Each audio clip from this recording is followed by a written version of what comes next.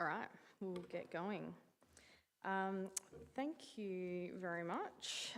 Tonight we're going to be talking about the Phase 2 community engagement results for the draft town centre structure plan. So I'm going to do it a little bit differently tonight to how I've done it previously, and so let me know what you think. But so purpose of tonight is obviously not to revisit every single detail in the structure plan, which would be here for weeks, but just to provide confidence to council that we've undertaken meaningful engagement to explain what we've heard and to demonstrate how the feedback is informing refinements. There's a couple of spots for feedback, but happy to take questions as we go.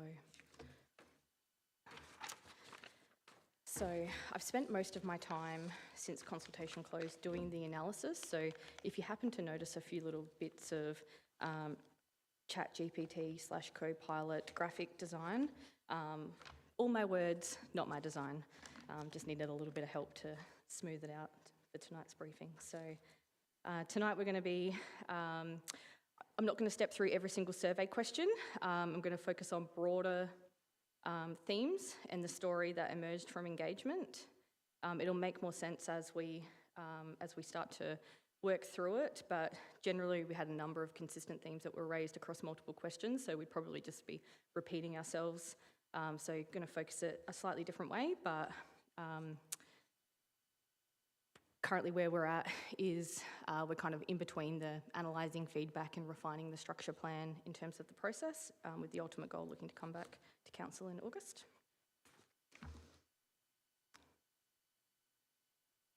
So this Phase 2 engagement was designed with a particular purpose to improve and not simply validate the draft structure plan. So we'd obviously gone out and done Phase 1 engagement, which helped inform the draft.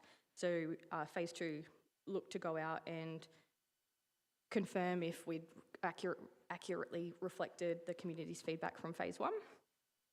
But we also wanted to understand that the community understood the proposed draft vision, the strategic directions, and really allow them the opportunity to provide additional feedback around any unintended consequences, any implementation challenges or ideas that could strengthen the plan, which I'll point out as we go.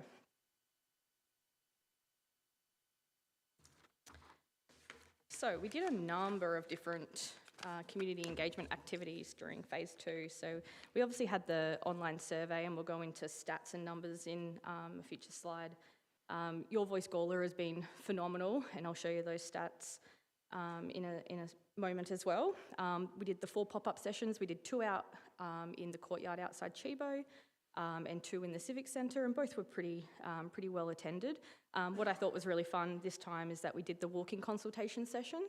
I think we had about 13 people attend, from including business and community reference group members to local community members, association members of different groups, business owners, and it was really great to have them kind of come out and walk around. It was the most freezing night I think I've had in Gawler, and they rallied, and most of them continued through the whole time, and they were able to provide live feedback, which is really cool. Most of the feedback that we got really just kind of confirmed the other themes that we got through the survey, so it'll be noted within the engagement report, but I'm not going to talk about the specific feedback from that session tonight. We also did a number of stakeholder workshops, so I think I presented to 6 different organisations, including the Youth Advisory Group, the Community Services Forum, Ageing Well, etc., etc. I think Councillor Hennessy saw about 5 out of the 6 presentations, so thank you for attending those. And I also got to weave in, I was asked to come and talk about town planning to a Year 1 class at Emmanuel Lutheran School, and so I weaved in a few little questions and feedback around what the Year 1s would like to see from a town centre in the future, and unfortunately we can't provide a beach, but they did provide some really cute feedback, and I put a picture of the card that they gave me for coming down, which was super cute, and I'm going to keep that on my desk forever. So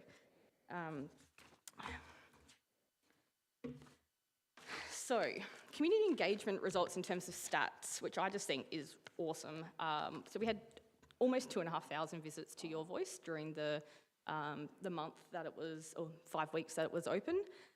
We had just over 1,600 document downloads, almost 1,400 plus of those were the draft structure plan itself, which is phenomenal.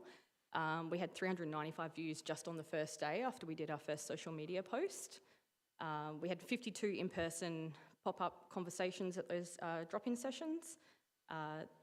Already talked about the stakeholder presentations. We had 161 survey responses, and almost everyone did the open feedback opportunities throughout all the different questions as well, so we got some really good chunky data. We ended up receiving 9 written submissions, 2 of those from landowners, 1 from Heritage SA, Gawler Heritage and Environment and Heritage Association, and some general community members as well. But what I think's really cool, my favourite stats, is we reached over 122,000 people through the collection of Facebook posts that our comms and engagement team made. LinkedIn, we had almost 1,500 views and more interactions than views, so people obviously went back again and went and had a look again, and then people actually came through at quite a high rate and actually came and looked at it through your voice, which I actually thought was really great from the professional environment that they had interest in that project. But what's my favourite is that collectively, over the 5 weeks of consultation, our community invested 2 days, 8 hours and 12 minutes of their time learning about the town centre structure plan, which I think is pretty cool. So, a little snapshot of our participants. Really pretty consistent, pretty good. Younger demographics were slightly less represented in the results, but there was a consistent theme through the open feedback comments around making sure that there was, things for younger residents and young families and things like that to do. So even though they may not have participated, other people kind of helping represent their views and of what they might like to see, which I thought was good. So yeah, this time around our 35 to 44 cohort we had the largest response rate from. What's really strange compared to phase 1, this time around we had 104 females compared to 52 males. Phase 1 it was 50-50, like dead on. And so for whatever reason, phase 2, the women had more interest, more time, more willingness to come in and complete the survey, which I thought was great. And then how participants typically use the town centre, probably no surprises here, shopping, dining, services, events and things like that. What I'll come back to is the live nearby stat later on, which is 133 people, and how that shaped one of the responses in particular. So, overall engagement outcomes. Draft structure plan generally received broad support. There's obviously always individual comments. I'm just starting a timer so make sure I don't go too long today. There's always comments on both sides for all types of matters. I think I always mention, we want more car parking, less car parking, we want faster streets, slower streets, we're always going to have that. But generally, when you look at all of the feedback as a general consensus, there is a good broad support where people are looking for more refinements rather than hard changes, which I think is really good. So there was strong support for long-term vision, which I'll go into in a moment. Increased greening, public realm improvements, probably no real surprises there. There was a general acceptance of additional housing and mixed-use development with some caveats around depending on location, depending on design, depending on scale. Traffic and movement was absolutely the community's primary concern, which I'll touch on separately. Activation, heritage, also consistent themes that kind of came through, which I'll talk about in more detail. So the areas that had the strongest level of community support or just high statistics included 84% for support for the vision. That includes, we asked the question and we gave 4 categories of strongly support, disagree, or strongly disagree. And so, yeah, 84% just gives us really good acknowledgement that the community is generally happy with that approach of that town centre first kind of aspect in the strategic direction of what we're wanting to achieve. The 30% tree canopy target overall had an 84% community support. They want to see more trees, more greening. I'll go into a little bit more about some of the general comments around that soon. 64% supported mixed-use outcomes. Again, there's that caveat of depending on the location and what activities that is. Some people were okay with mixed use but didn't want to see housing. Some people supported mixed use but only if it included housing. And so that'll be something for us to consider. 65% generally supported increased building heights, but knowing that the interface treatments that we proposed came through as a really strong theme in terms of what people wanted to see in order to provide that level of support. And 70% of people stated that they actually read the fact sheet 7 heritage and building design before they completed the fact sheet, which I wanted to compare and contrast how people responded based on if they read the fact sheet or not, and if it was a determining factor. Fun fact, it wasn't. So it was pretty consistent whether they read it or not, so which is great. So generally, the comments that were kind of associated with people who responded to the, do you support the vision of the town centre as Gawler Town Centre, heart of the region? The comments that were often associated with that is that they wanted more greener, more walkable environments. They wanted stronger recognition of heritage, vibrant and economically active. They wanted to see more retail, more commercial opportunity, less vacancies, more support for landowners or vacant businesses and things like that. And they wanted the place to really become a destination that not only was supportive of daily community life, but also acted as a destination that visitors wanted to come to regularly.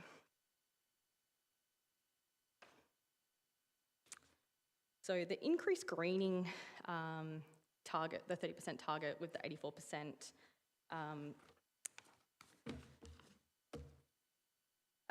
this was probably one of the clearest messages throughout the engagement. There was often strong support across individual other feedback comments as well as this specific question. There were specific mentions around why they supported tree canopy in terms of providing a level of comfort, providing an attractive public realm, climate resilience was mentioned, and it was very consistent across surveys, workshops and stakeholder discussions generally.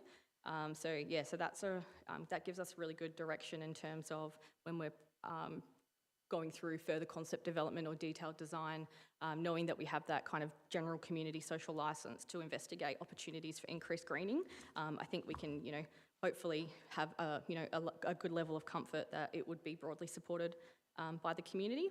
And when we asked around locations of where people would actually like to see that greening occur, there was strong support for Murray Street, obviously. People want to see more greening and shade down Murray Street. But what kind of came up as consistently as a theme is a lot of people wanted to see more greening in side streets and then on the river corridor, kind of recognising that people actually want to have better connections from Murray Street to those other adjoining areas, which that kind of lines up with the structure plan and the concept plan that we're looking to propose by creating better connections between those two spaces.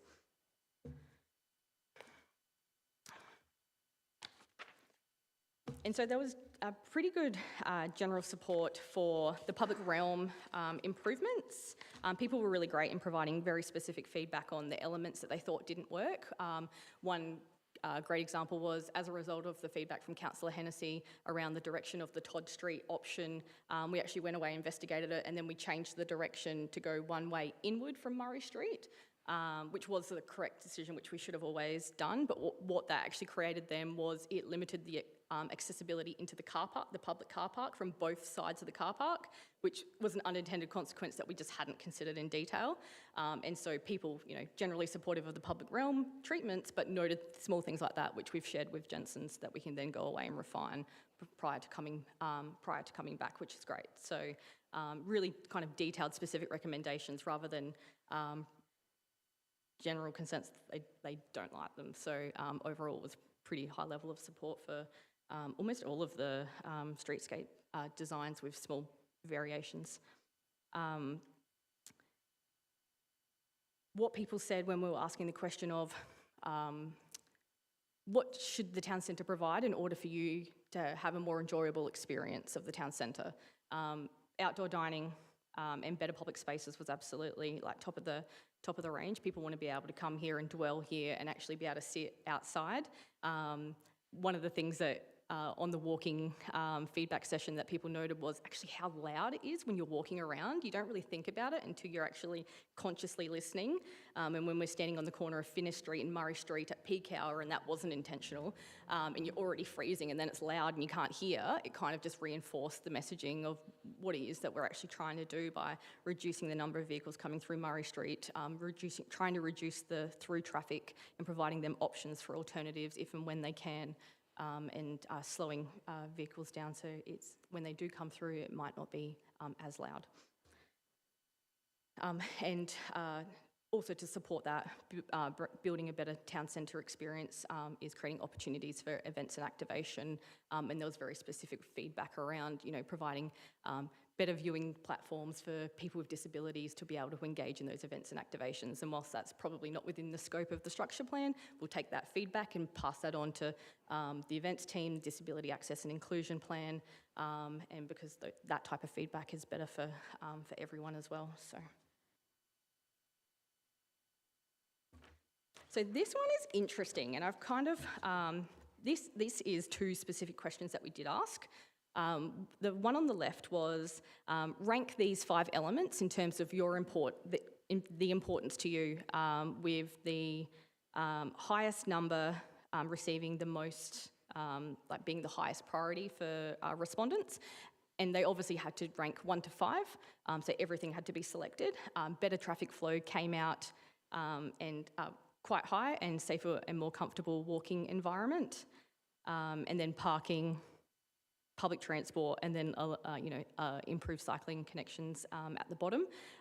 But there isn't a very low one, which means that probably all of them were priorities for some people, which I think's good. But when I took away the ability for people to be able to select everything and said, you only get one, if you had to choose, would you prefer to keep traffic moving efficiently, find a balance between people and traffic, or make it easier for people to walk, spend time and enjoy the street? People actually flipped how they responded, and 59% said that they'd actually prefer a more pedestrian-friendly environment over vehicles. When they had to choose between vehicles and people, they chose the people. But in the other question, they chose the vehicles because they were able to choose more than one. Percentage, the left one, is total respondents, but the percentages is still higher. Sorry, I should have, there should be percentages down the bottom there, sorry. The left-hand column is total respondents, but their line on the graph is actually representative of the percentage. It's just the numbers at the bottom are incorrect. I didn't update that one correctly. So the second one is percentages of what the total was. Yeah, total. Yeah, that one is total. Sorry, that one's not percentage. So the other, that should be no percentage on the right-hand side, but percentages down the bottom. So it's just not done the editing for the percentages down the bottom. Okay, so but the 59... 59 people, not 59%. Okay. Yeah, sorry. Yep. My bad. That didn't add up to 100, so... No, yeah. And because how we structured the survey was basically the first 3 questions, your age, your gender, and how you use the town centre were the only mandatory questions. Everything else was then optional. So that way the messaging was to the community that if you only cared about heritage, go to the heritage part of the survey, complete that. If you only care about public realm improvements, go there. Or if you can care about a mix, and you can do all or as much as you want to. So we didn't always have 161 responses for everything, but I think generally we had at least 159 in almost all questions. So, point trying to make. People choose traffic when they can select anything. People choose people when they have only one choice, which I just thought was interesting. But as a general themes that came out around traffic and movement generally across all of the different engagement platforms, congestion, people had, just general concerns about traffic congestion, what that means for the town centre, with increased potential development and increased population more broadly, and then even comments around, our surrounding developments in other council areas and what that could mean for the town centre. Intersection performance, there was very specific feedback around the Lyndoch-Murray Street intersection, the Cowan Street intersection, Light Square, and all that kind of feedback has been passed on to the consultant team for review and analysis to determine whether or not we'll make any changes at this stage. Parking availability was kind of mentioned broadly, but not in specific terms of someone wanted more car parking at this location. We still had a few of those: make Murray Street one way, make Murray Street pedestrianised, remove all vehicles. But generally, there's not enough car parking. But there was also some strong themes that came through from particular people where they were like, oh, I'm actually fine to park my car somewhere and walk a little bit. I actually enjoy that. It would be nicer if that was a nicer environment. So we did get both sides of that again, but not surprising. And better transport connections always comes through, particularly with that younger cohort. When we met with the Youth Advisory Committee, that was definitely a theme that came through from them, that they're looking for support around better public transport links, and that'll continue through Council's advocacy and interactions with Department of Infrastructure and Transport. So we had strong support for the proposed building heights in the different locations around the town centre. And I say that with the caveat of the corresponding open we allowed for other feedback box where people could provide more context. And the corresponding feedback that came with that was they're open to height and scale and new development within the project area, but it's in some scenarios it was more appropriate in particular locations. There was definitely a preference for around rail and key redevelopment sites. Murray Street South was often commented on as well as a key site that people would like to see some change happen in. So, and that was just those people who took the time to make those specific comments. People were also okay with height with the caveat of it must respect the heritage character and be not unduly impact on any adjoining heritage places, including state or local heritage places. The design, the architectural design was a really key factor as well for many people. I really think, and I've put some, obviously extracts from the built form examples that Jensen Plus prepared for us, and I think that really helped the community understand what it was that we were actually proposing and gave a level of comfort, particularly around the setbacks and the interface treatments that we're looking to propose and how they won't overlook or overshadow and how it can be designed in a heritage environment. And then there were some comments associated with, we're supportive of height, but we're also conscious of that means that there'll be traffic impacts. But if the traffic impacts can then be managed and considered, then we're happy for the development and the heights. So, which there'll be further work around all of that as well as we move forward.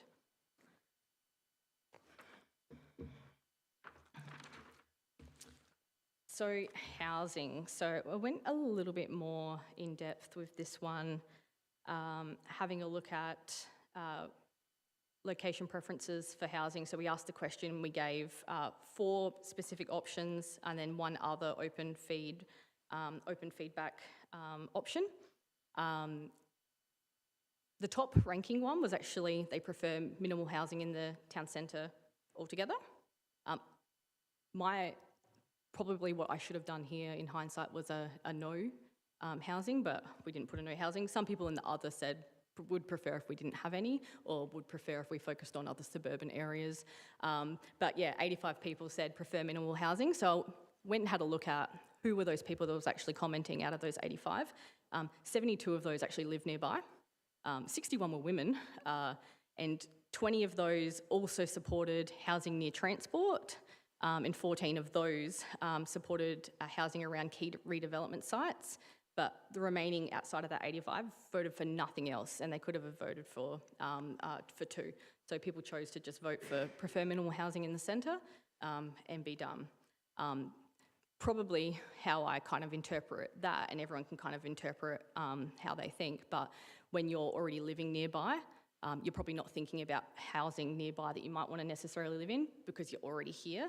It'd be interesting to actually ask the question to people who are maybe on the periphery in other suburbs, other council areas who might have an interest in coming in, on whether or not that'd be something that they would actually take up as an option.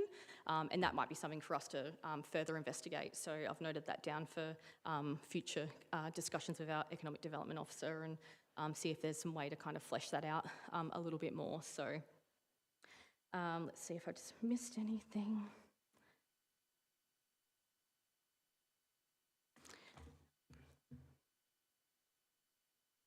No, I think that's all good. So then, kind of similar to how I did it with the traffic versus people, we asked 2 questions to get community feedback on, to help provide some advice back to council on what should we actually prioritise. The structure plan has so many different aspects to it around public realm design, planning changes, heritage protection, programs and events, opportunities. Did I say investment already? But a whole raft of different options. And so, what should we really think about first? So, in the top question, we just asked the question, what should council prioritise over the next 10 years? And people could select as many as they want. In that one, streetscape upgrades, in brackets Murray Street and surrounding streets, was obviously the highest with 107 responses, followed by improving public spaces in the riverfront, followed by protecting and celebrating heritage, and then programs, events to activate the town centre. And then after that, you've got encouraging investment and development with 70 responses. I wanted to refine that a little bit further. So the question I then followed up with is, out of all of those options, if you could only pick one top priority, what would it be out of all of those? And streetscape upgrades came in at number 1. Probably not surprising because it was our main focus, and the concept images are quite provoking, and so I can see why people would want to see that. That's really great. Protecting and celebrating heritage came in second. Absolutely no shocks there based on the feedback that I've been reading. But what came in third was encouraging investment and development. So again, when people actually have to start to think about their options and actually pick one for prioritisation, 23 people out of all of those, whilst it might not have been the broader collective's preference, noting that it got 70 respondents overall from the first question, but 23, or it's a bit over 15% of people actually said, well, that's actually top 3 in terms of where council should focus its efforts, which for me, that was actually probably the most surprising bit. Well, actually, no, that's probably the second most surprising. The biggest shift is actually when people could select anything, they were like improving public spaces in the riverfront. Yeah, number 2, 94 responses. But then when they had to pick one for priority, it dropped to 7%. And I don't know if I don't think that's because people don't care about the environment and they don't want greening, because remember, everyone already voted 84% for increasing the urban canopy cover. But I think people see that as a given, and if you vote for streetscape upgrades, you're getting greening anyway. So I think that's probably why we saw a drop in that, but it's still very interesting. Oh yeah, and over that, there was between those 2 questions, over 1,000 responses, including all of the other feedback that we've gone through. So obviously, there's some very consistent themes around heritage protection, activation and events. People want to see have more things to do.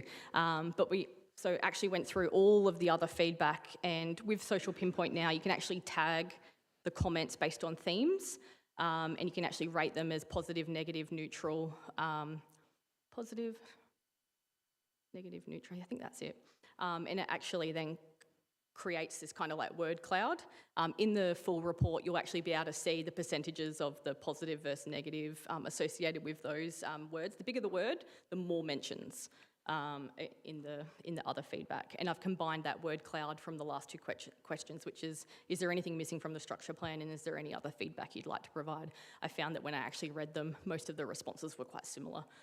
So I've popped them all in together for the purposes of this, but they will be split in the report. So other feedback that wasn't as consistent a theme, but I still think is worthy of noting, is there was lots of mentions around gateway and town centre entrances, that people wanted to have a hurrah moment as they came through, and they kind of commented that it was looking a little bit sad at the moment, and we had talked about that through the structure plan.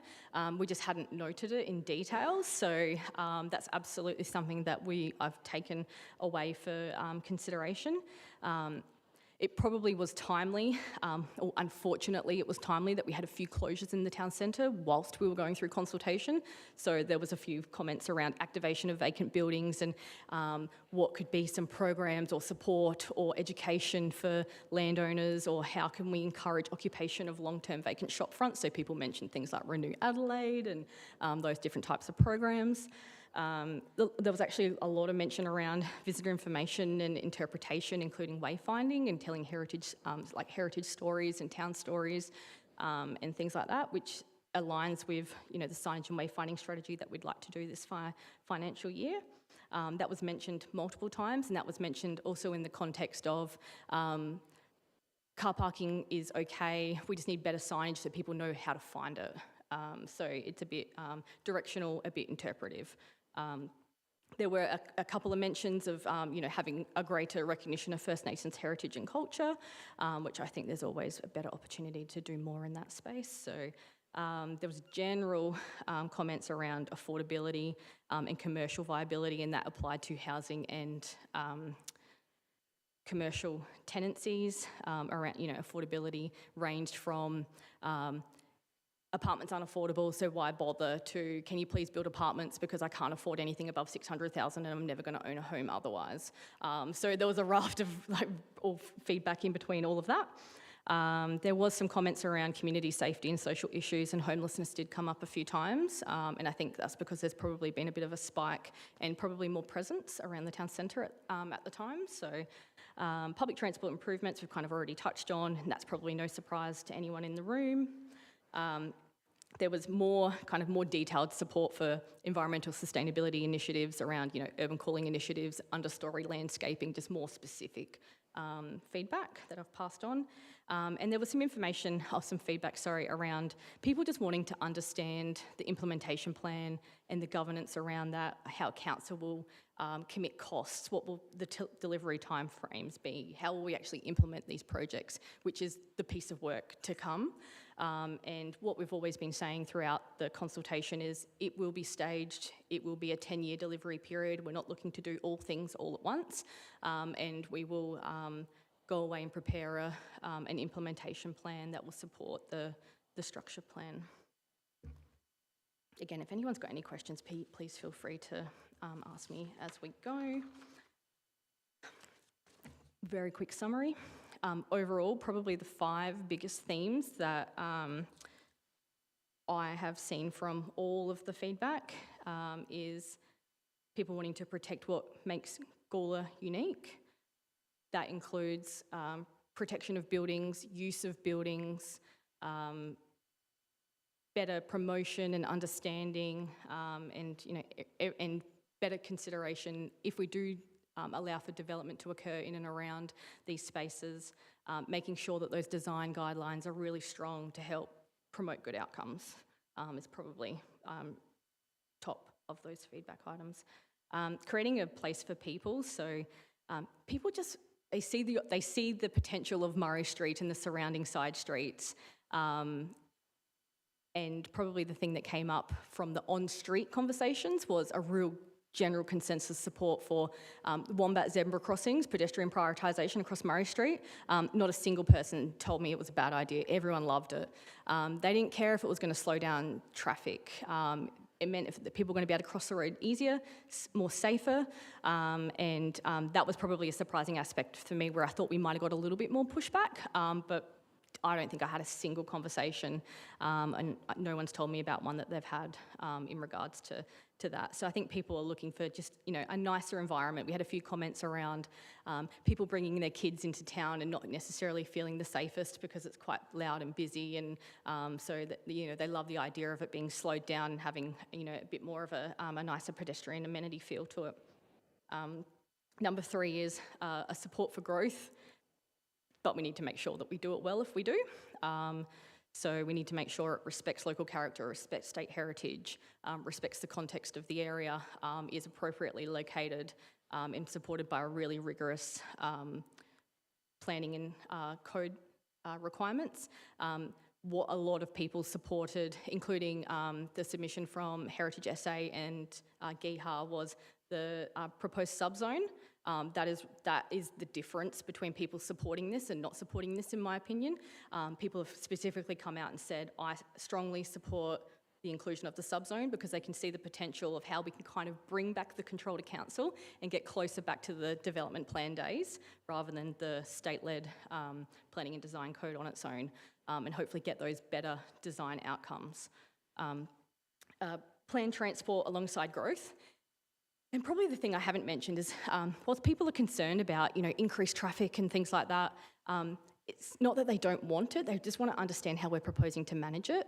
I'll run through some misconceptions from some of the feedback that we got as well, and where I think we could potentially tighten up some messaging in the future in a moment. But yeah, so there was I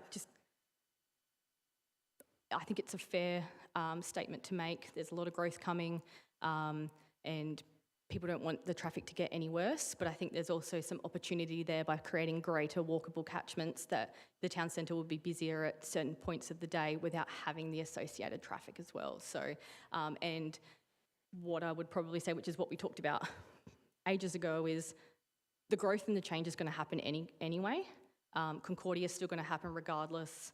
Cudler's still going to happen regardless. Roseworthy, people are still going to come here, and we either help manage that change or we let the change happen to us and then we manage the impacts. And it's much easier to manage it being proactive than trying to fix it afterwards. So there'll be more modelling and design work around that. We're not just going to go out and build a new streetscape without doing the proper design considerations as well. So what this does is it allowed us to test those concepts to kind of go, are we on the right mark? Are we in the right locations? Now let's go away and do that further investment and not spend council money unnecessarily if it wasn't supported by the community. Number 5, invest in a vibrant town centre. So, and that includes the things like people were very specific about people want a yochi. I got multiple feedback items, and a couple of the elected members mentioned earlier that they also had similar people. It was the only business that was specifically mentioned about they want one in the town of Gawler. Yochi, multiple times. Yeah. People just want an activity that they can come to at different times of the day, including the evening, and that seems to be a bit of a meeting point, social connector place in other locations, so I can see why people would want to have that. It's like a yogurt, yeah.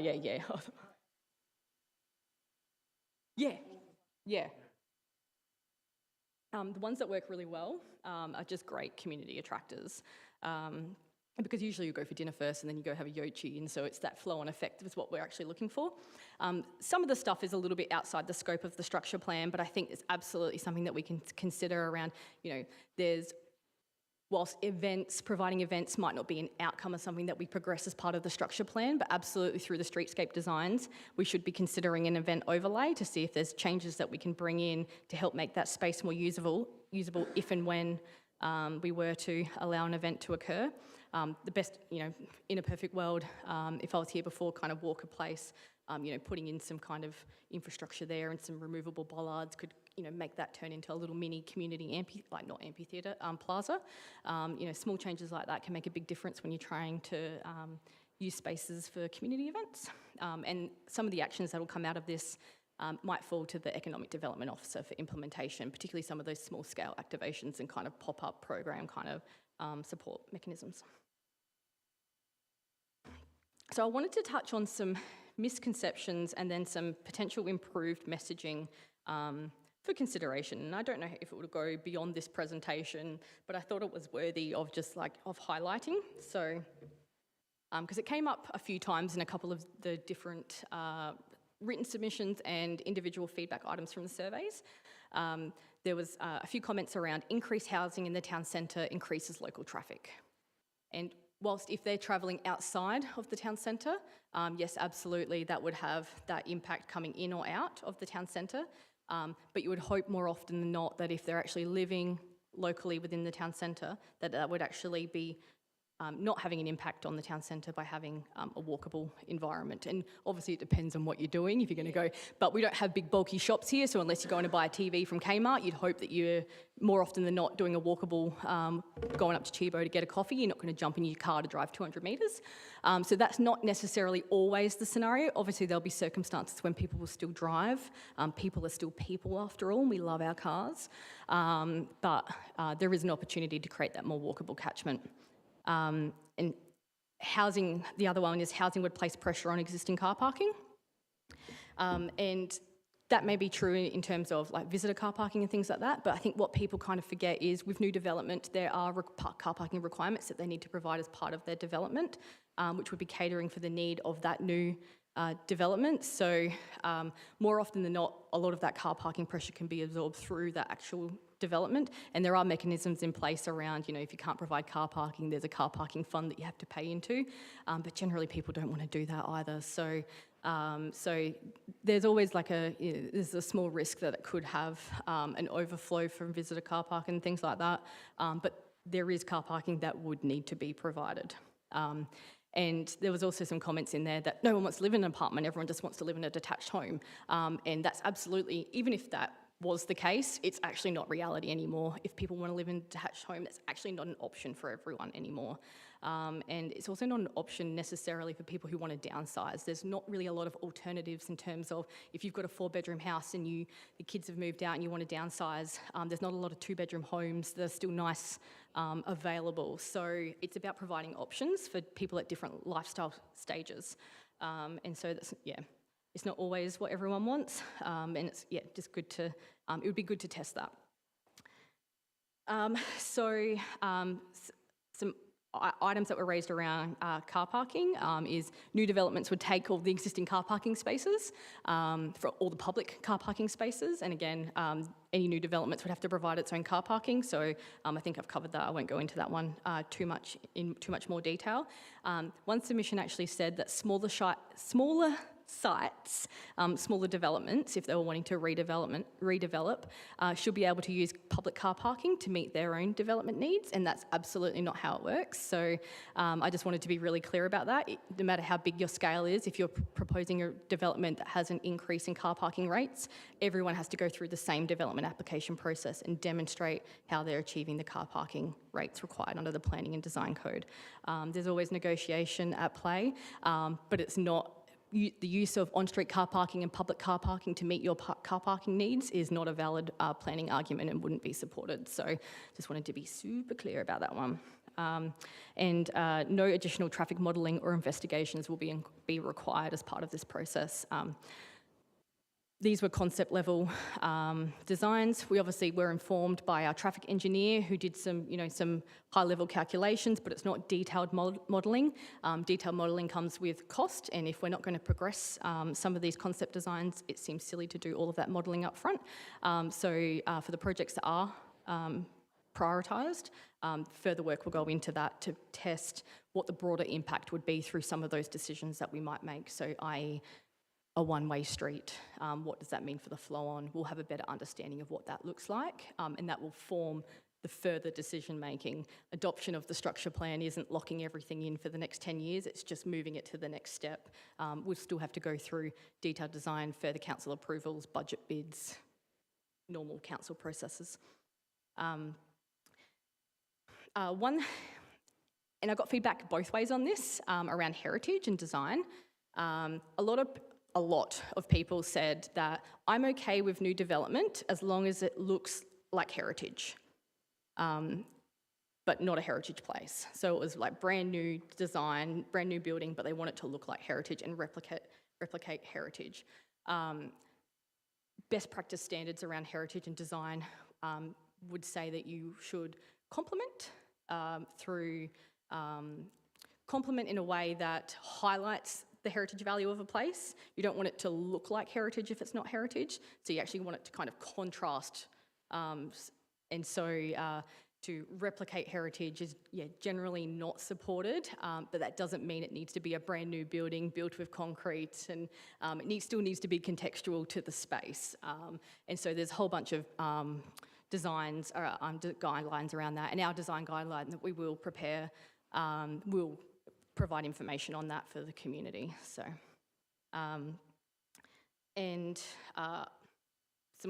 some statements around understanding the scale of development. There were some submissions around including analysis of every single site in the town centre, and if every single site in the town centre was developed, we'd have 200,000 square metres of new development, and how would we survive, and what would happen to the town centre. And we've always said throughout this process that we believe only a handful of developments may occur over the next 10 years if we're lucky in particular locations, and it's about providing a the flexibility to allow those landowners, development interests, to decide what works for their site and what they might look to investigate. It's not up to us to cherry pick sites that we think are best suited.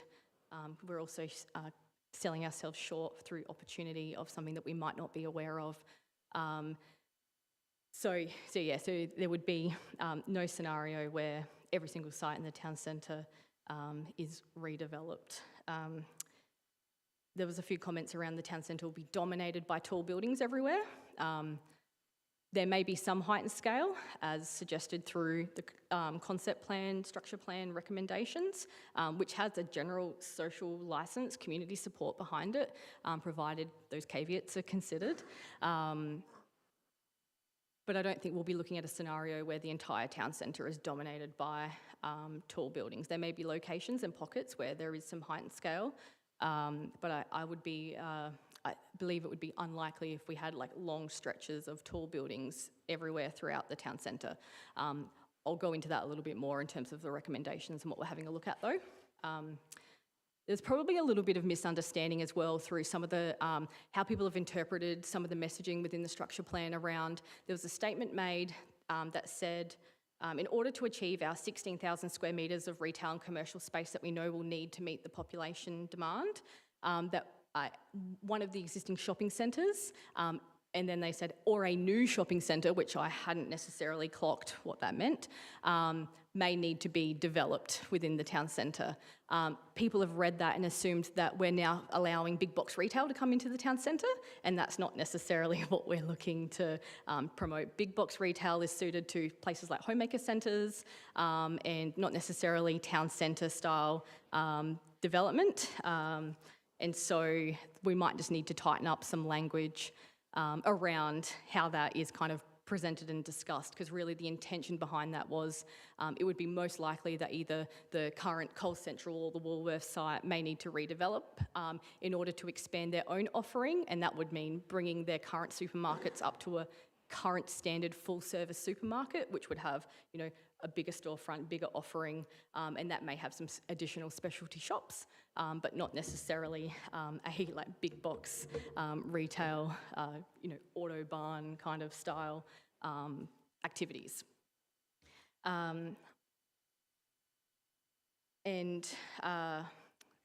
Jensen's did the scenario testing, which we included in the structure plan as part of our appendix background studies information. And there were some comments made around that all the identified development yields represent realistic future outcomes. Some of those numbers in some of those scenarios were quite high because it included sites like Coles Central and Woolworths, where we actually think only one of them would redevelop, but we didn't want to pick one over the other, so the footprint of both was included, which pushed up the metres squared. But to the community members, because we didn't explain it very well, and fair enough, they've read that and gone, oh, this is actually going to be heaps higher square meterage than what you've said you want. How does that work? And so we just need to provide some definition around that. So so I actually absolutely take that on notice, and that will get reviewed. So I won't take up too much longer. I've put in this specific one in terms of feedback, and I have a question at the back end and would love some feedback if anyone so chooses to. Coles Central Shopping Centre in particular have put in a very detailed submission. They have engaged architects and planners to support them in their review of the structure plan. What's great is that they strongly support the vision. The strategic directions, they like the idea of being a transit-orientated development, noting that they are also seeking a decision and pathway for the Gawler Central Railway Station, which will have an influence over what they can do on that site. But they have come back with a few different key requests, and so this is obviously their site here. The different coloured lines are the different interface treatments that we had proposed, which is the setbacks and design requirements that we've outlined in the structure plan. The red line is a indicative pedestrian connection, just noting that we'd love to be able to have a pathway somewhere through the site connecting up to the railway station. And then the black star asterisk thing is actually I'm pretty sure an incorrectly placed entrance statement marker that should be on the other side of the road, which I've already flagged to be moved. But part of their general request is they've gone away and done some testing and some kind of mock-up design work. And I'll show you on the next slide. Again, it's going to be that box style that elected members don't like to look at. It's not design treatment. It's just setting a general intent in terms of height and scale. Yeah, getting you ready. Yeah, that is not what it would look like, but it's just how they test shadow diagrams and intent and size and things like that. So they encourage a performance-based approach rather than restricting a 5-storey maximum. I will just say that we operate within a performance-based system. If a concept plan says 5 stories, applicants would still be able to propose whatever height that they want to, and the argument, as always, would be based on a planning merit system like the Ginos redevelopment site did. You know, it's a 2-storey, they proposed 3, they put forward the planning argument, and it was ultimately supported by CAP. So we've got some, there's some flexibility in their requests and what we can and won't necessarily change. They've requested that we consider the floor heights to slightly heighten them, particularly at the ground floor, which would allow for flexibility for, commercial activities at the ground floor, and then you have like a slightly lower floor plate, floor height for the upper levels where you might not need that commercial ceiling height at the ground, other than the ground level. I'm taking that on notice, and I need to go and have a look because I'm pretty sure that those heights would probably be established under the Planning and Design Code, but I just want to go and confirm. And they've asked for the proposed pedestrian connection to be indicative rather than fixed. Through some of the test modelling that Jensen's did, they had designed the building in a box style with a pedestrian plaza in the middle, which was basically shown where that line was. It doesn't necessarily need to be in that location. We just want to have better pedestrian connectivity through the site if and when it was to change. And they've asked us to reconsider the proposed solar access controls, which was that overshadowing on particular locations at particular times of day, because apparently what we've proposed is more restrictive than what's currently required under the planning scheme, but we'll take that on notice and have a look. So they've gone away and done some testing around what could be possible under the current structure plan, and then what could be possible if they were to do additional 3 stories. Now, it's obviously set back, it's the pink slither, and the story underneath it in the kind of cream at the very top. Sorry, I should use my little marker. So it's that little pink bit there, and then that one there. And they've proposed a series of images like that from different angles. This one kind of represents it the best, and they've also tested it to show different shadows at different times of day and how that might impact on Pioneer Park, Like Square, Murray Street, etc., to demonstrate that, if we were to support 8-storey, it actually wouldn't have much more of an impact than what it currently does at 5. And their request, word for word, is the top part, that determine whether the Gawler Central Shopping Centre warrants a site-specific height exception based on its strategic significance, or whether maintaining consistent 5-storey built form framework across the town centre remains the preferred outcome. What I already know I need to go and do is they provided some overshadowing diagrams to demonstrate that there wouldn't be a worsening between 5 and 8 stories based on the kind of setback design that they proposed for the top 3 levels. But they provided it at 10 a.m. Best practice in industry would be 9 a.m. on winter solstice. So I already believe that there would be a worsening between the 9 a.m. and the 10 a.m. that I want to test before I can even confirm if that would be better or the same. I want to go back to, I've forwarded all of this through to the consultant team already, and they're currently reviewing it and getting their thoughts together. But absolutely, we'll come back to everyone with feedback from Phillips Pilkington and Jensen around the height and scale. They're obviously part of the team that made the recommendations for the 5-storey building height as it was. And what I also will get some feedback on is if in a scenario that 8 stories was supported, are there actually other mechanisms that we could introduce through a code amendment process that could create a design outcome that we would be reasonably satisfied with, that could still provide the correct outcomes? Things like it wouldn't be visible from the street. You'd see it from height, you'd see it from potentially particular viewpoints, but taking that, the consideration of if you're standing on the opposite side of the street, would you be able to see it? I don't know. I want to ask our consultant team what their thoughts are around that, which is the other code considerations that could be included. Now, more than welcome to take on any feedback. The recommendations are, if you're happy for us to go away, and obviously this isn't a decision-making forum, this is a feedback forum, but I'll go and get the feedback regardless, because I think it's a detailed submission and they've invested a lot of time and energy, so I think we need to give it the rigour and response and review that it deserves. We'll come back with further advice, but would like to know your thoughts. It's the only one to do this, so.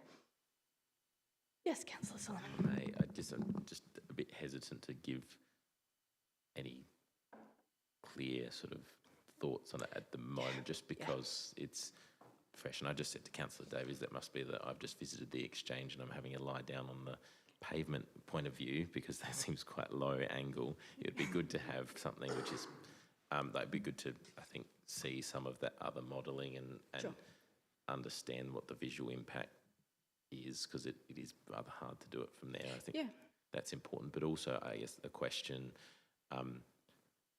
what could you possibly fit in 8 stories that doesn't include?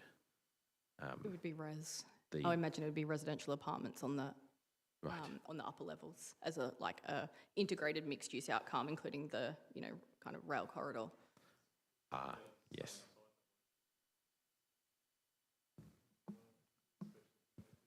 On that site? Okay. Yeah. To sum it up, I'd love to see some more modelling and things, just to get an understanding and then give feedback at a later, feedback at a later time if it's possible. And that would include views from perhaps the escarpment, the Gawler East area, so not just Pioneer Park, but the people who live in that region. And I'd happily say I'm one of those. So I will talk about the escarpment and views in a moment. But as I say, there is a long history of these developers coming up with some ideas, so I think happy to to investigate. But, so maybe what I'll do is I'll get the feedback from Jensen's and Phillips Pilkington and some options, and then maybe package it up. Either I'll talk to Andrew and Chris about we do a very short workshop in the future stage prior to council report, or I can pop it in the communique and get feedback. I don't know, we'll decide. Yes, sorry, Mayor. I think if we are asking for a little bit of a, I appreciate why these shapes come about and et cetera, but to try to provide feedback, because we're not taking into account topography of that land holding there, and that's one of those. There's a whole raft of different types of images that look at, solar orientation and things like that. I just didn't want to take up 16 slides with that, but the intention is that we would provide you with all of the information. This is just we allowed them to do a late submission given the level of detail that they've gone into, so we received it on Friday, and it didn't seem right to not include it in the discussion points for today, but we can package that up and send through more info. So and I think the theme that you've captured throughout is correct, and it is the correct development for the area, whatever that looks like, and now the onus will be on the developer to be able to tick those boxes and what that actually looks at. Unfortunately, it sounds like they're probably going to have to invest in some good conceptual design to be able to bring the decision makers along for the journey. Yeah, and that might not be like the what they're willing to do at this stage of the consultation, because like noting again, like this isn't confirming the code amendment process. This is just setting the path for us to then go and continue to investigate, and then we have to do a whole nother round of consultation for the code amendment, and they would need to do more further submissions and reviews and things like that.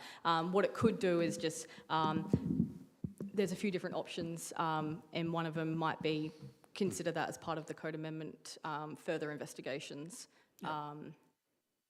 Or we can choose to resolve it now, or like at a later stage this year. And from a personal point of view, I'm not intimidated by the conversation that could come.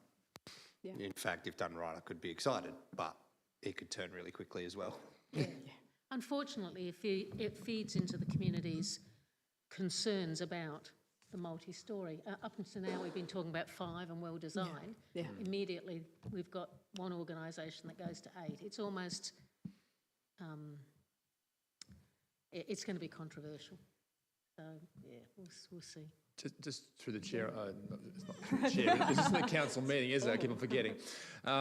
Just an observation, I suppose, going back in time in our engagement process with landowners, this particular developer is one of those we met early on in the process. They've known for the last 6 to 9 months of what we've been doing, maybe 12.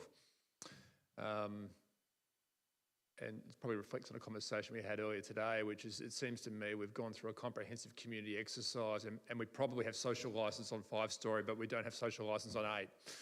And whilst in reality you can always, through design, justify a different number, the onus is not us to model it at 8-storey. I think it's probably almost too late for us to go and model it now. Yeah. We can do a little bit of additional work, and we can come back with further thoughts in August when we give you the draft structure plan.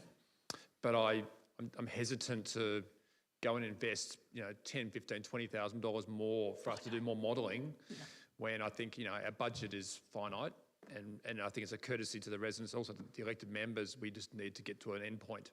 Thank you. I mean, it could be pursued as deliberately provocative, and I think that decision would be very, very appreciated. Yeah. What might be a good potential component to consult on through potentially the code amendment is if there's concerns that there'll be tall developments all throughout the town centre, or if potentially there's an offset where one's higher and others are potentially dropped in particular locations, that might offset some of the other feedback we've got that we've received around particular locations. I'm just throwing ideas out there. I don't know what the answer is right now. But yeah, there might be options. I don't know. We'll come back to you with more specialist feedback than myself. So, interestingly, the announcement of what's happening in Prospect is set again. Yeah. Do you know who did that master plan? No. Me. Did you? Yeah, that's what I did before here. So okay. I'll just flag that before you talk about the project. No, it's fine. There is a trust element here. Yeah. And when places like Prospect go that way, we're going, oh my God, is that what's envisaged? So, the 5-storey, 8-storey is just kindling those fears. So. I think we've done really well to get the level of support and feedback that we have from our community in terms of what we have proposed. Yeah. I don't know if we necessarily need to rock the boat with site-specific, but we'll do the investigation. We'll come back to you. On a positive, the disappearance of the multi-level car parks is noted, and that's been a positive. So the suggestion of looking at alternatives for parking on new developments is good. And the pedestrian crossings, the priority to that, Scott, I've had some really positive stuff finally that we're looking at pedestrians rather than vehicles. So that's really good. And I take you to task, Stacey, with the There are no two-bedroom detached homes in Gawler. There was a plethora of them built in the 90s. Oh, and those little kind of like row house, smaller houses, Unit like type townhouse, I yeah. would love to see more of that. It's just not the product that people are providing right now. I Yeah. think it will turn. I think they will have to. It's just a shame that it kind of dropped off for a while because in my, if I was a different person, didn't have, small children, I'd absolutely be living in one of those right now. That's my dream. So live in a little old, duplex cottage. Yeah. So, it'd be good if we can get back to that. All right, a couple of slides and then I'm done. I'll leave you alone. So I just wanted to flag what some areas for review are. So having a look at all the feedback. This is high level. I've got a very detailed list. But just having a look at some specific movement and traffic management changes. So some of those specific mentions, like the Todd Street car park entrance and things like that, sent through a consolidated list to the team to have a look at. And I'm not saying that all of these will be changed, but we're putting them on the list for consideration, and we'll come back to you in the report and say why we did or didn't support some particular changes. So people provided some, specific recommendations around public realm, either, wanting more streetscape furniture and things like that. So we've popped that down. We'll have a look at the strategic site. So we obviously listed, I think it was 19 or 20 in the structure plan for consultation. We've had some feedback on specific sites about whether or not they should be included as a strategic site. One of them is, the temporary RV car parking. It's currently within the recreation zone. It's currently in the flood zone. We saw it as a potential opportunity if you did something with the SA water site. We might decide that that's just not a priority right now. So whether or not we need to still identify it, we'll have some thought around that. I've put in there high-level town centre parking and access strategy. I'm not proposing I go out and write a new strategy. We already have a car parking strategy, but it's just having a look at what are those opportunities to improve car parking and signage and wayfinding, and what those opportunities might be and how we can better represent that in the public realm concepts. The entrance statements and locations, I think that's a no-brainer. We absolutely should include that for consideration.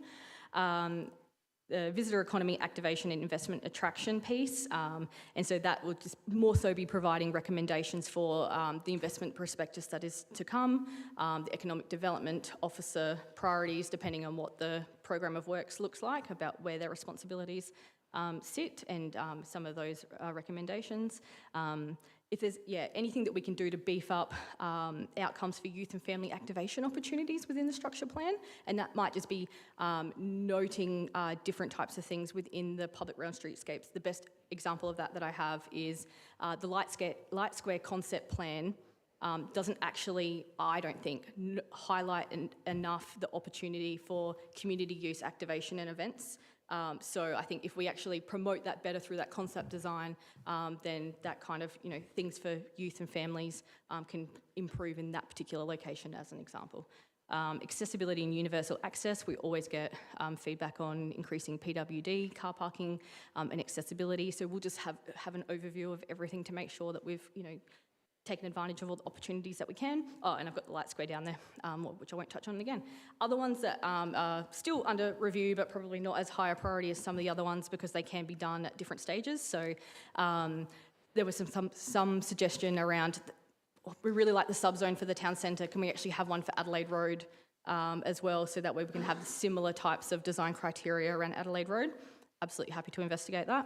Some specific recommendations around heritage interpretation and wayfinding. We will be doing a signage and wayfinding strategy as part of this year's this year's budget. So those recommendations can be pulled into that project rather than as part of the structure plan. Vacant shop and catalyst site activation. That's probably a little bit outside the scope of the current project, but we'll share those recommendations with the Economic Development Officer, and then consider if there are any priorities that we need to put into the implementation plan. And the last one, and I said I would talk about it, is Heritage Vistas and Sightline Review. There was written submissions, very, very detailed written submissions, and I thank those people for providing that for me, for the team, around wanting to protect particular sightlines and vistas to particular locations around the town centre. What we need to consider as part of the implementation or part of the structure plan is when and how do we review that? Is it part of structure plan currently right now is a part of code amendment process. What I would actually like to be able to do is give it the time and energy to actually go through. We've had a quick look through all of the information that we needed to in order to prepare the structure plan. But I think based on the feedback provided, I want to actually give it the time of the proper time it deserves to actually go through the individual heritage listings, to review the heritage context of each particular site that's been noted, just to confirm if and how vistas, streetscapes and sightlines have been noted in those listings, because that's where the protection lies. Generally, as a rule, so I've got some wording.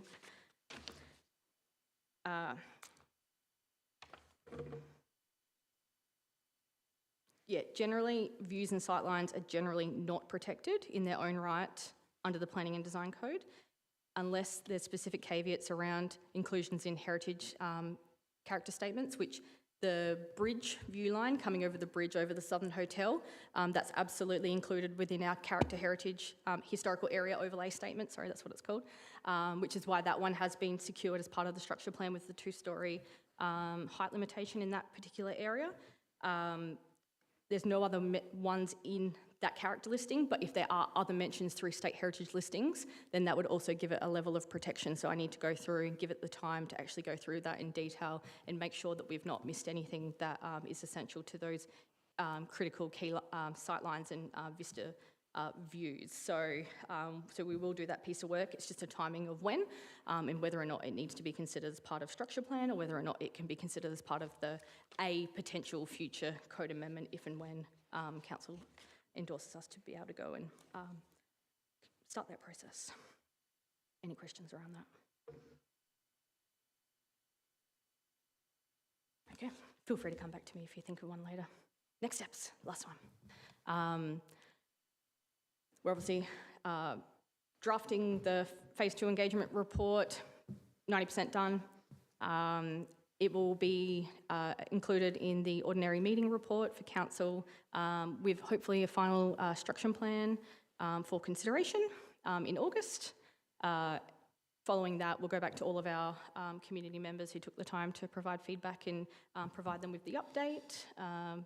And from September, we'll commence implementation, and the first priorities, as noted in the budget planning process, would be commencement of the initial investigations for signage and wayfinding strategy and the potential code amendment, but we've also got some scope in there for some other work depending on what the priorities were that comes out of this structure plan. So we'll come to you with a kind of action plan, implementation plan with the council report. Thank you. Sorry, had my timer and everything. Any other questions? Quickly, comments, questions, all of that. You mentioned some stuff around Light Square in there, and I didn't quite note down what you'd said, but there was some feedback about something that was uncomfortable there. Yeah, so there was a few different items around Light Square feedback in particular. None of it was like detrimental. It was like, just when you're doing the Light Square concept development, just make sure you're giving due consideration to Old Bushman's Hotel, because that's also a state heritage place. They're generally supportive of the actual like shifting of the square and the traffic realignment, but just making sure that the appropriate heritage considerations are considered, which we have to under the Planning and Design Code and legislation anyway. So probably the other misconception that I probably should have put in there is that I think some people have made the assumption, and again, because we probably could have explained it a little bit better, that the town centre rezoning and subzone would then trump all other heritage requirements. The heritage requirements are still in situ; they'll still apply. So it'll just be an extra thing that they have to respond to if and when they do a development application. So we're not looking to change those aspects. What I was talking about specifically with Light Square is part of the redesign that's included in the draft. Seeks to put 2 lanes of traffic on the eastern side of Light Square, and then we would actually shut off the left-hand side. Yes. So what we actually haven't notated on the plan very well is actually that activation and community use aspect.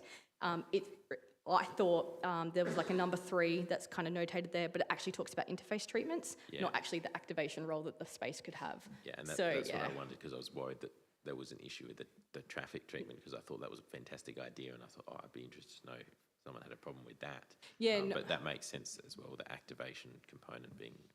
And one thing that, so Heritage SA did say, oh, don't know if I'm supportive of heavy vehicles going through a state heritage area, but what I have responded to, like in the feedback, which they'll get a copy of, is, well, actually that is the current designated freight route. We're just trying to improve it so trucks actually use it rather than go through Murray Street, which is what they're not supposed to be doing right now. So that was just probably a misunderstanding on their part. So we'll clarify that, and I think that then comment then kind of falls away. So. Yeah. All right. And you mentioned earlier, sorry, I've been saving all my questions to the end. No, that's all right. But it was just in regard to housing, and I think you made a comment about if you're doing more work around it, coming out with some of the nuances of what was meant by people saying certain things about less having. Sorry, don't have it down properly in my notes, but there was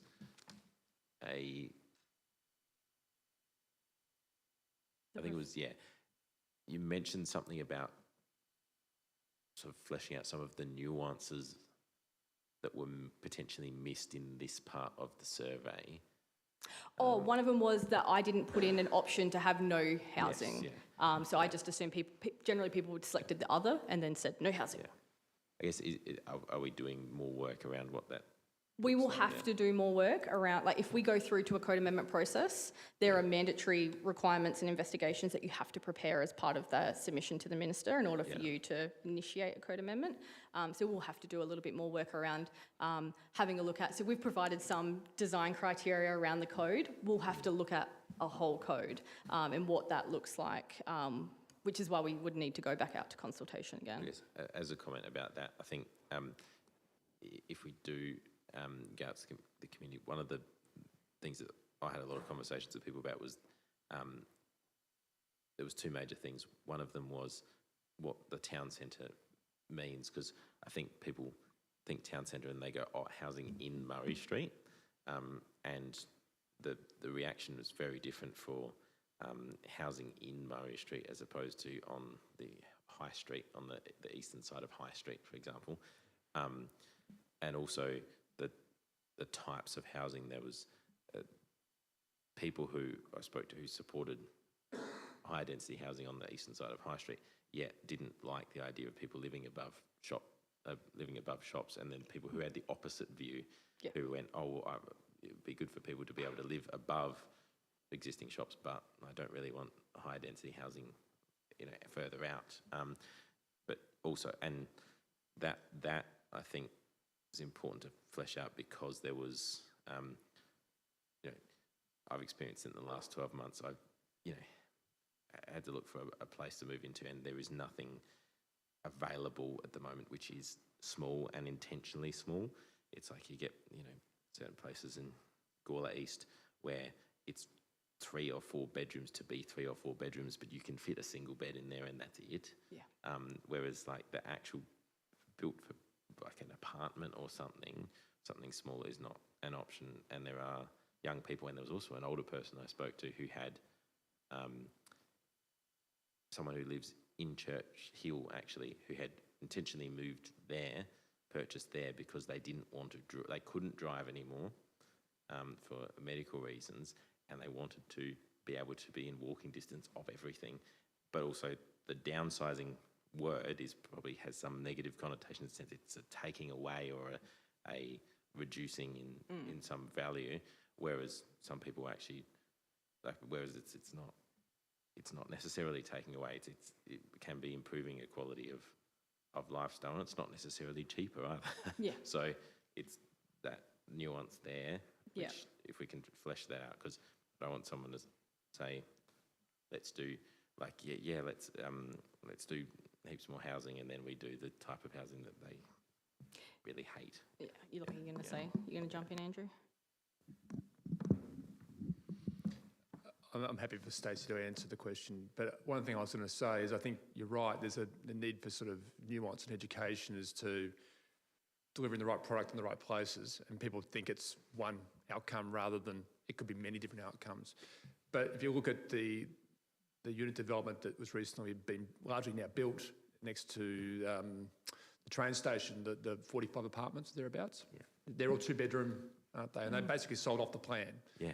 And there's clearly a market for that type of development where there are trade-offs where people buying there deliberately acknowledge they're not going to have the ability to have 3 cars, for example. It's going to be 1 car, probably. Maybe occasionally you might have a visitor car park space.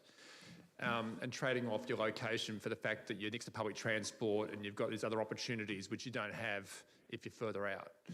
And I think we need to probably do some more work on that, probably sell also that some of the places we do think are successful, like Mawson Lakes, I'm thinking in Melbourne, South Melbourne, there's lots of different places near markets or public transport nodes which work very well as a mixture of apartments, townhouses. Subiaco is another example. There's lots of places across Australia.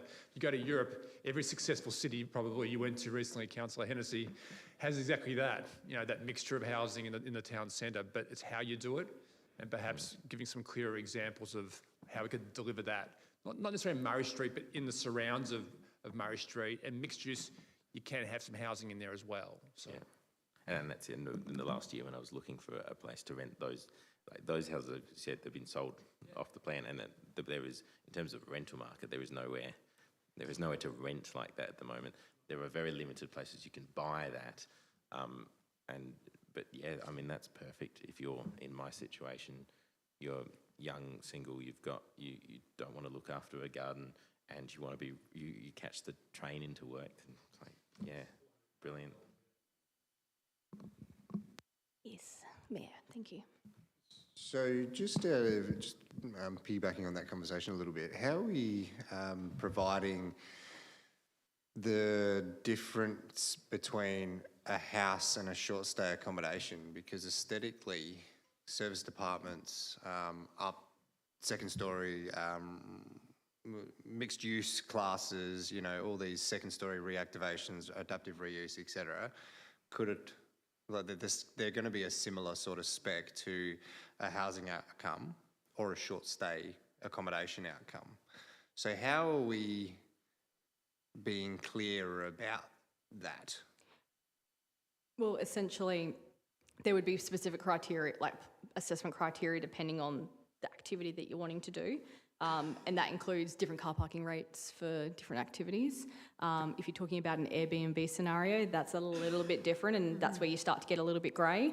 But there are different criteria and requirements around visitor versus housing, and particularly in terms of size and what you have to provide, laundry, things like that. You don't have to do that with necessarily like a serviced or like a short-term accommodation unless you're doing a service department. Yep. And so that will all be set by Planning and Design Code.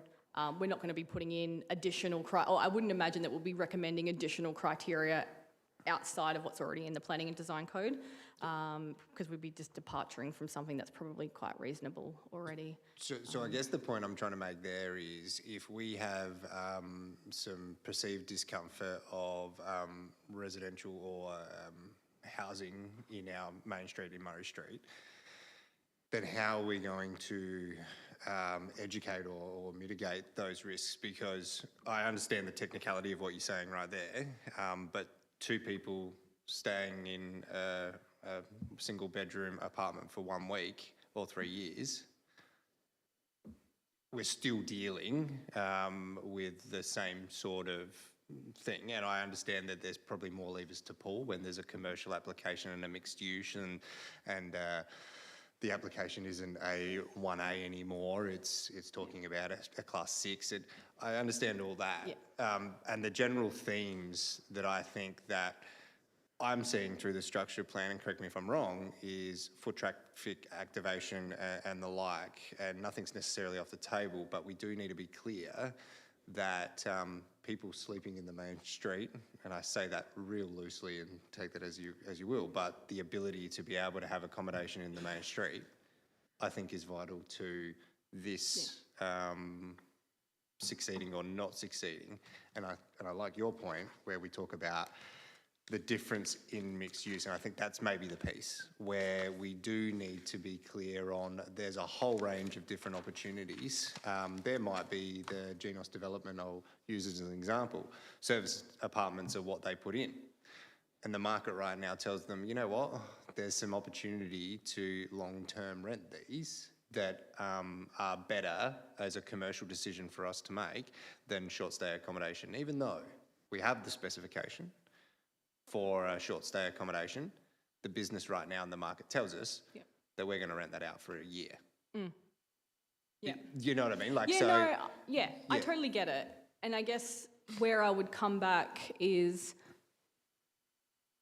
the risk, I would say, with being too restrictive and getting too honed in on who gets what where and cherry picking sites for different outcomes means you potentially close yourself off to potentially a really good idea that you might not have thought about.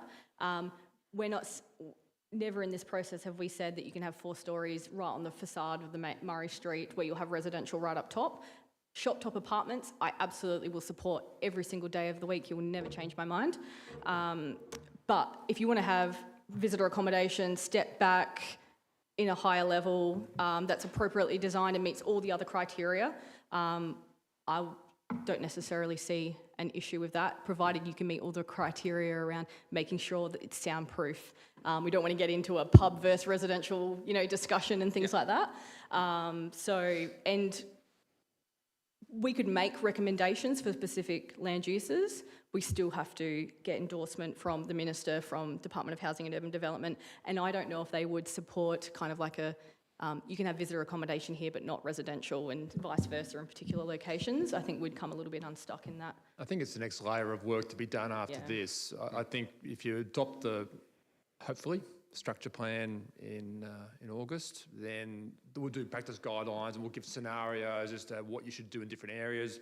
It would be hard to, for example, to advocate for lots of apartment living next to a hotel, which is every weekend got a major concert on, for example. I'd hate, as a local example, I'd hate to live in an apartment right above the Governor Hotel in the middle of Adelaide because the music's so loud. I don't know how you could soundproof a building to overcome that, but as visitor accommodation, maybe it's okay. It just depends on the right use in the right area and having the right guidelines. And then, as Stacey says, apartment living is different to visitor accommodation. You require specific open space outcomes. You require at least 2 parking spaces for 2 bedrooms. You don't require that for tourist accommodation. There are a range of different hoops you have to go through. We probably aren't going to answer that tonight, but that's something we'll work through in the next phase. Probably the one thing that we can do in terms of if council ever wants to utilise its own land to leverage a different type of development outcome, that is where we can be explicit about what we want for the town centre, and we can write that into a commercial negotiation agreement. Outside of that, the other mechanism that we've not talked about in high detail yet is the next piece of another separate piece of work is an investment attraction piece where we'll actually go out and try and find those partners who want to come to the town of Gawler, and we can kind of help steer them in the right direction for particular activities in particular locations. Ultimately, they'll make a decision that reflects market needs, what they think is going to be feasible, et cetera, but we can help kind of direct them in the right path that we think will be, and community support is also a very good thing for industry to have on their side as well. So. Yeah, and only just to close the loop, the only reason I raise it, because I agree totally with everything you said personally, is just around the feedback that prefer minimal housing in the centre. I'd love to really drill down and unpack that on what their definition of housing is and what they're against in the entirety. Because if the same question was, how would you like short stay accommodation or foot traffic coming into your town centre, what would be the answer there? Because housing has a lot of different forms and delivery is purely the point I was trying to make. Separate to this, but I will just flag very quickly, had a meeting with LGA today, and they're preparing like a pack of information that councils might be able to use. You'll remember many moons ago I talked about at some point council's going to have to prepare a local area plan, a LAP for housing. This is kind of setting up like potential survey questions we can go out to community and talk about housing preferences and getting that feedback. So whilst we're not looking to prepare our LAP sooner, we might be able to do things like that that can kind of help inform this and inform that at the same time. So yeah, there's other things at play that will have influence. Yeah. Okay. Thank you so much. This goes longer than I think. Thank you. And well done with the community engagement. Brilliant.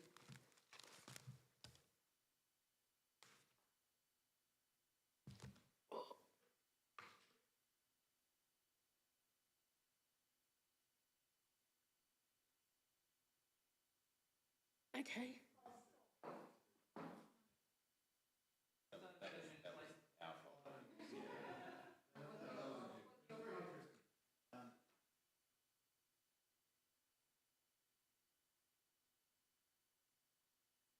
That we what, sorry?